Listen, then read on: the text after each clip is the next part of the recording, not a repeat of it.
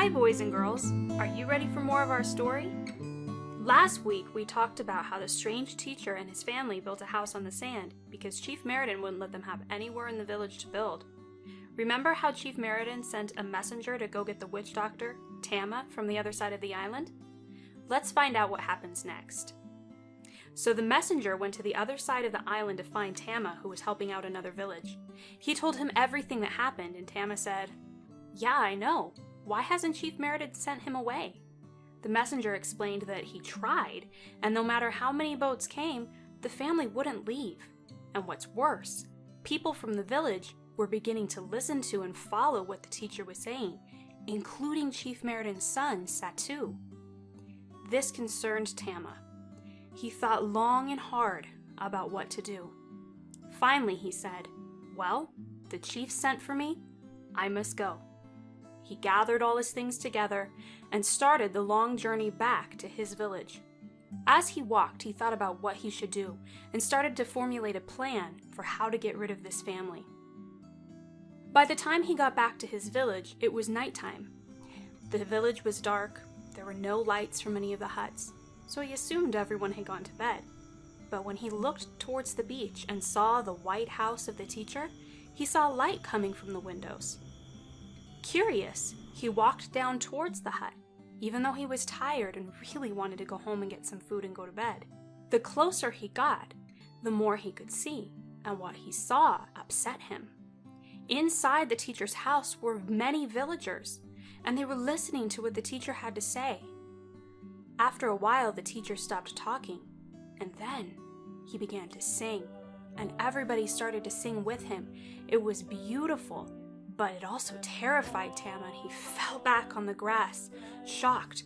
What was this new thing? He'd better do something fast before this teacher got more influence in the village. He stumbled back home, went into his hut, and began to put his things away. But what was that smell? It smelled different in his hut. And as he looked around, he noticed it was clean. He hadn't left it like that. Who had been in his hut? What had they done, and what was that smell? He didn't like it. It wasn't as he left it. It was too clean, too nice.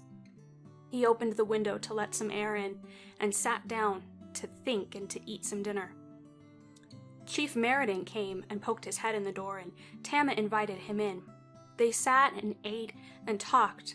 What should they do to get rid of this teacher? He had too much influence already. What could they do to break that? Tama had an idea.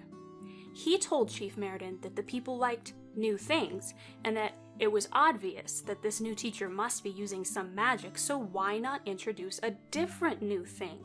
And that would excite the people and steal their focus back from the teacher. He suggested going to another island and bringing in some teachers of Islam.